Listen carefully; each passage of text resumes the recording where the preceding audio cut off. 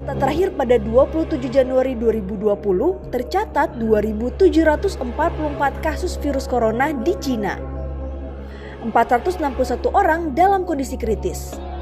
Dan angka kematian telah menyentuh 80 orang. Virus mematikan ini pertama kali teridentifikasi bulan lalu di kota Wuhan, Provinsi Hubei. Sejak saat itu, virus corona terus menyebar ke berbagai kota besar di Cina seperti Beijing, Shanghai, Macau, sampai Hong Kong. Sementara di Wuhan, kota tampak seperti kota mati. 9 juta orang terpaksa bertahan setelah akses kota tersebut ditutup total. Kendati demikian, virus corona sudah menyebar ke Eropa, Asia Tenggara, hingga Australia dan Amerika Serikat. Untungnya virus ini belum menyebar di Indonesia, walaupun beberapa orang memperlihatkan gejala mirip korban virus corona. Pemerintah Cina bergerak cepat untuk mengendalikan penyakit tersebut dengan mengucurkan dana sebesar 1 miliar yuan atau sekitar 1,9 triliun rupiah lebih.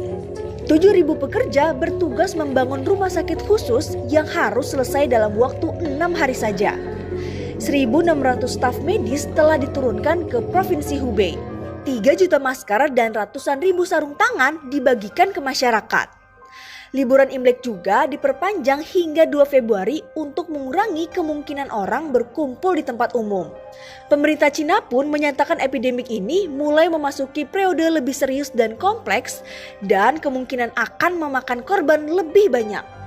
Lalu dari mana virus corona menyebar? Menurut pemerintah Cina, virus tersebut berasal dari hewan liar yang dibeli dari pasar makanan laut Huana di pusat kota Wuhan. Pasar tersebut banyak menjual daging hewan eksotis secara ilegal. Mulai dari tikus, anjing, ular berbisa, kelelawar, hingga berbagai hewan yang mungkin aneh untuk dikonsumsi. Namun muncul spekulasi baru. Menurut media-media barat, virus corona kemungkinan besar bocor dari sebuah laboratorium penelitian patogen-patogen berbahaya yang berjarak hanya 32 km dari pasar makanan laut Huana.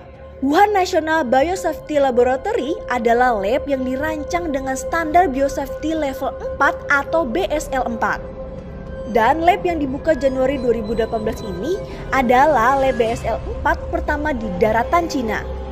Sejak pembangunannya, lab ini tak luput dari kritik. Konsultan biosafety dari Amerika Serikat khawatir dengan keberadaan lab ini karena gaya komunikasi Cina yang suka menutupi informasi. Karena keterbukaan informasi adalah poin sangat penting untuk menjaga lab BSL 4 tetap aman. Bocornya virus berbahaya bukan pertama kali terjadi di Cina. Sebelumnya terjadi insiden lolosnya virus SARS dari sebuah lab di Beijing pada 2004 silam yang menjangkiti 8.000 orang lebih dan menelan 774 jiwa.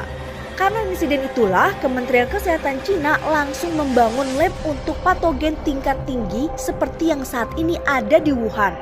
Namun semua ini masih spekulatif. Karena sampai saat ini belum ada pernyataan resmi dari pemerintah Cina terkait kebocoran dari fasilitas lab tersebut.